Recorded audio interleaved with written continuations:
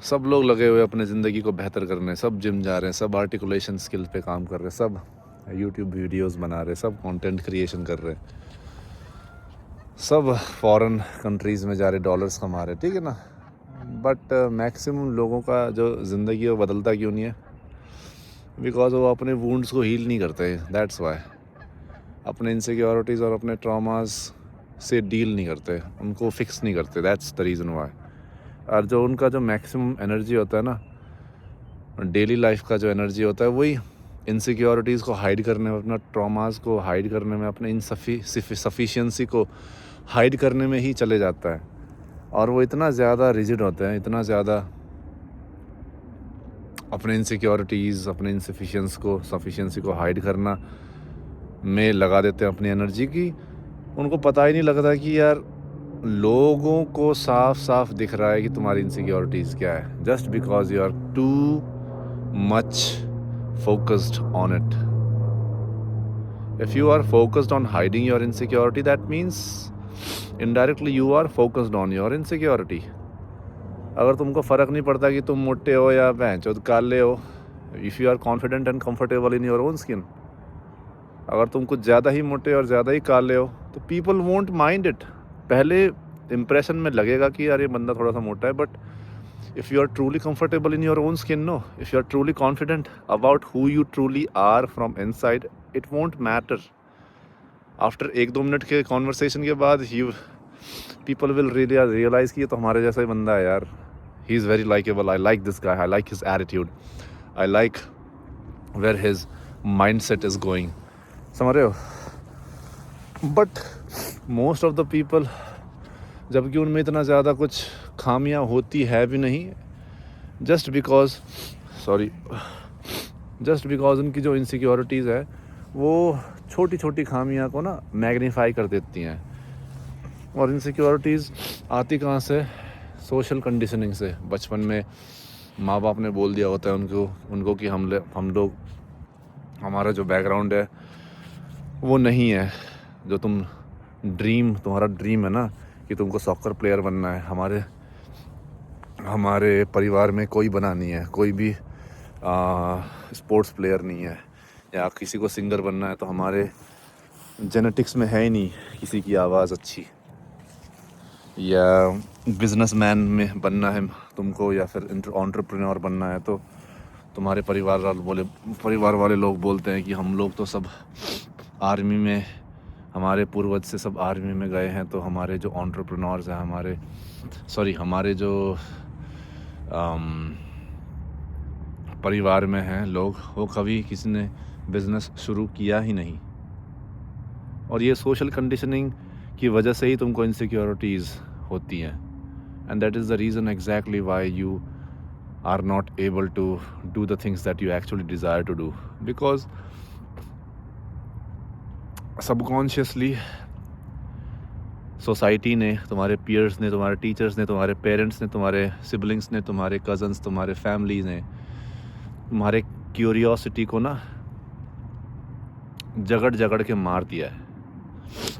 जो बचपन में तुम्हारी क्यूरियोसिटी होती थी कि जानूं मैं कि यार दुनिया के अंत में है क्या, कि यार मैं अपने शरीर में हूँ, अगर मैं दूसरों के शरीर में चले जाता तो मैं कैसे सोचता, कि यार मेरी ज़िंदगी ऐसी है, मैं अगर दूसरे बंदे की ज़िंदगी जीता तो कैसा रहता, कि मून कितना दूर है, कि सूरज कितना दूर है, कि रात और दिन क्यों होते हैं। समझ रहे हो? सारी क्यूरियोसिटी तो होती है। किसी का जवाब तुमको मिल जाता है, किसी का जवाब तुमको ये मिलता है कि बस ऐसा ही होता है ये। तुम स्पोर्ट्स प्लेयर क्यों नहीं बन पाते? क्योंकि हमारे फैमिली में कोई बना ही नहीं आजकल, आज तक। तुम बिज़नेस क्यों शुरू नहीं कर सकते? क्योंकि हमारे खून में है ही नहीं। समझ रहे हो ना बात तुम? And it's very difficult to get out of that mindset. और ये तुम्हारी पेरेंट्स की गलती भी नहीं है, तुम्हारी सोसाइटी की गलती भी नहीं है, उनका भी प्रोग्रामिंग किया गया है ऐसा। तुम्हारे पेरेंट्स चाहते नहीं कि तुम सक्सेसफुल ना हो, बस तुम्हारे पेरेंट्स ये चाहते हैं कि तुमको प्रोटेक्टेड, तुम सेफ रहो, तुम प्रोटेक्टेड रहो, तुम दुनिया के जो मुश्किलें हैं उनसे जूझो तो सही, but at the same time तुम सेफ रहो। तुम ये चाहते हैं तुम्हारे पेरेंट्स। और वो इतना ज़्यादा मगन हो जाते हैं या इतना ज़्यादा फोकस्ड होते हैं तुमको जस्ट प्रोटेक्ट करवाने में कि जो तुम्हारी क्यूरियोसिटी है उसको जगड़ के मार देते हैं अननोइंगली। इतना ज़्यादा फोकस्ड होते हैं जस्ट टू प्रोटेक्ट यू तुम्हारे पेरेंट्स कि तुम्हारे ड्रीम्स को क्रश कर देते हैं। तुमको क्या लगता है कि तुम्हारे पेरेंट्स के सपने नहीं थे कुछ? तुम्हारे पेरेंट्स की कुछ क्यूरियोसिटी थी नहीं? तुमको क्या लगता है कि तुम्हारे पेरेंट्स भी बस हाउसवाइफ या एक पर्टिकुलर जॉब ही करना चाहते थे? तुमको क्या लगता है कि तुम्हारे पेरेंट्स भी रेगुलर नॉर्मल ज़िंदगी जीना चाहते थे? नहीं, उनके दिमाग में भी ये डाला गया है उनके पेरेंट्स ने, और ये साइकिल चलते आ रहा है बहुत पहले से ही।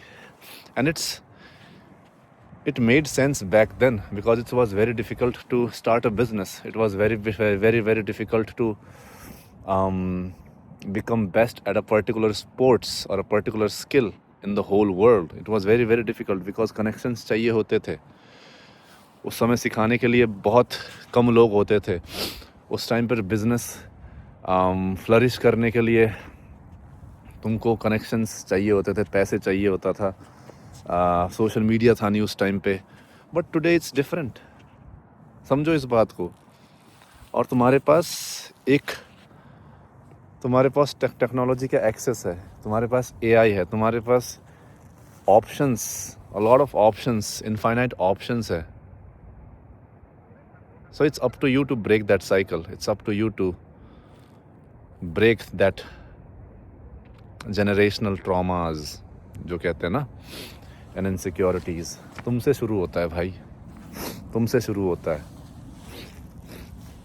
अब शुरू तुमसे होता है, इसका मतलब ये नहीं करोगे कि तुम घर वालों के खिलाफ चले जाओ और उनकी बात ना सुनो।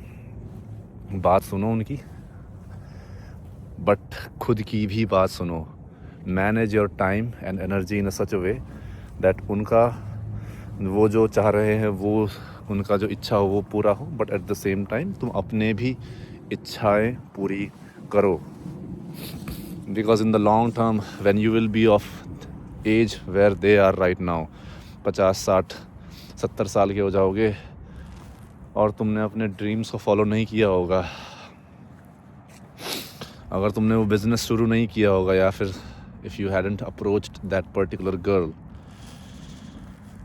तो भाई दिमाग में बस और दिल में बस वही रह जाता है, regret. That's the worst feeling bro, as a man when you are 70 years old। एक मर्द को चाहिए क्या? मर्द को ये चाहिए कि when they die, when we die fully without any regret. We would know that there is nothing in this world that I could not do, that I did not do. समझ रहे हो? जो सब कुछ चाहा वो किया, बट रिजल्ट मिला ना मिला वो ऊपर वाले की देन है। बट जो मेरा मन किया वो मैंने किया, जो मेरा क्यूरियोसिटी था वो उसको मैंने फुलफ़िल किया। अगर मुझे बिज़नेस शुरू करना था तो मैंने किया, क्या पता मैं फेल ही हो गया बिज़नेस में, हू गिव्स अ फक, पर मैंने किया। तो अगर वो बंदी मेरे को पसंद आई तो गया मैं बंदी को अप्रोच करने, बाकी वो माने ना माने, उसे घर वाले माने ना माने वो बाद की बात है। बट मुझको वो पसंद आई, मैं गया उसको बोल के आया कि यार तू मेरे को पसंद है, ये वो ठीक है। अगर इंजीनियरिंग नहीं करनी तो बापू को मैंने बोल दिया कि नहीं करनी मेरे को इंजीनियरिंग, कि पता नहीं मेरे को क्या करना है, let me take my time. और पेरेंट्स की गलती नहीं है भाई ये सब, मैं कह रहा हूँ पेरेंट्स को ब्लेम करना बंद करो।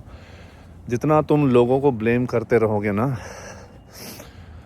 उतना ही तुम हेल्ड बैक होते रहोगे, उतना ही तुम इस लूप में और फंसते रहोगे। रियलाइज़ दैट दूसरों को ब्लेम करने में जो तुम एनर्जी दे रहे हो, वो एनर्जी तुम खुद को अपनाने और खुद को फिक्स करने में लगा सकते हो। Just completely ignore their opinions. अगर तुम्हारे फैमिली हैं वो, तो उनकी बात सुनो। ऐसा ना करो कि भाई उनसे लड़ रहे हो, बट हाँ में हाँ मिला दो, बट करो अपनी तुम। और ऐसे करो कि उनको ये ना लगे कि वो तुम कोई गलत रास्ते में जा रहे हो, तुम ऐसा काम कर रहे हो जो कि वेरी हार्मफुल। समझ रहे हो? forgive your parents, forgive your society, forgive your peers, forgive your family. वो भी नहीं चाहते हैं कि तुम फेलियर बनो, वो भी नहीं चाहते कि तुम बस ऐसे ही एवरेज बनते रह जाओ। But that's the juxtaposition of life, no.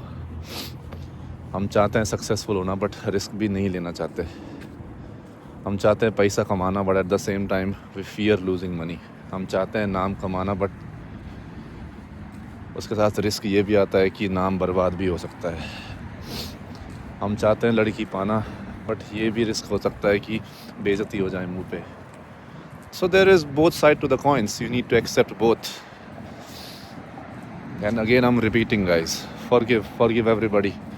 The more you hold on to the grudges, the more you will be held back, the more you will stay in that spiral of insecurities and traumas and the average life that the average person is living. You don't want the average life. You want something different. You want something authentic. You want,